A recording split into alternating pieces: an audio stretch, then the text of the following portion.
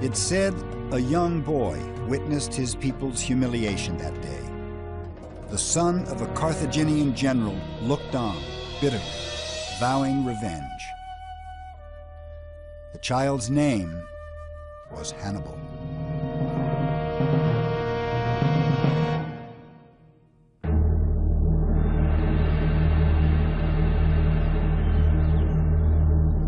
Two decades after Carthage lost the First Punic War, Hannibal was now a soldier, the leader of his nation's military. He was 25 years old and already a great warrior. Fresh from the conquest of Spain, he reminded his troops of his promise to punish Rome. Year after year you have fought with me and won. Steel your hearts to march forward, to halt only at the walls of Rome.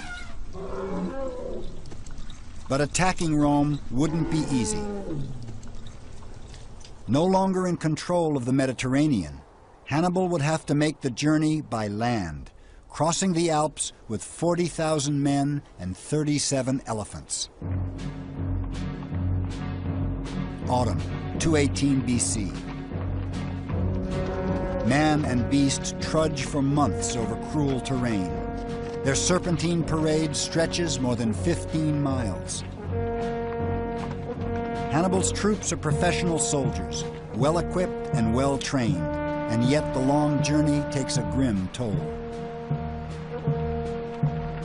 When they finally make it through the mountains, 1/3 of Hannibal's men are dead.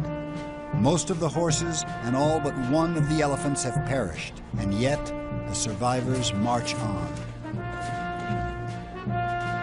Even before the first battle, Romans see Hannibal as a potent threat. They never had to face a fiercer or more warlike foe.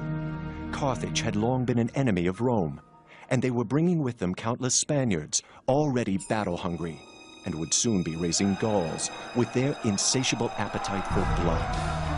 War was coming, and it would be fought in Italy in defense of the walls of Rome. Livy. The Roman Senate raised 6 new legions, more than 30,000 men. The Second Punic War was begun. This time the deciding factor wouldn't be manpower, but strategy. Most Roman commanders were political appointees with little battlefield experience, no match for a military genius like Hannibal. Hannibal had a spark. I mean, he had many things that made him a great leader. I mean, he knew how to motivate troops, he knew how to innovate on the battlefield, he knew how to make the optimum use of the tools at his command. But in addition to that, he had that spark. He had the ability to read an enemy and find that one maneuver that would cause the enemy to collapse. In battle after battle, Hannibal humiliated the Roman legions. The most devastating defeat was the Battle of Cannae.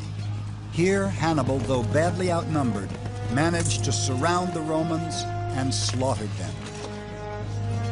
50,000 Romans, more than half the entire Roman military, killed in the worst defeat Rome ever suffered. At last, Rome saw Hannibal for what he was, the first true threat to her survival. For 15 long years, the war against Hannibal dragged on, and large areas of southern Italy defected to him. Hannibal never lost a single battle, and many wondered how long it would be before he attacked the city of Rome. It was widely expected, of course, that he would take the city, but Rome was heavily fortified. Hannibal seems to have not had proper siege equipment. No matter how many armies of the Romans and their allies Hannibal could defeat, the Romans were always able to raise new armies, to put new armies into the field. And ultimately, Hannibal failed to take the city.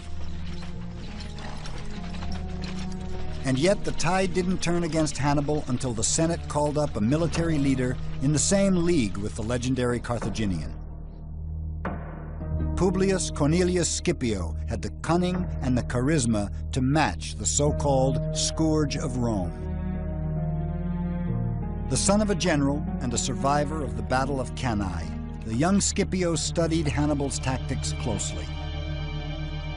Then in 204 BC, rather than confront Hannibal in Italy, Scipio had a brilliant but risky plan, an end run.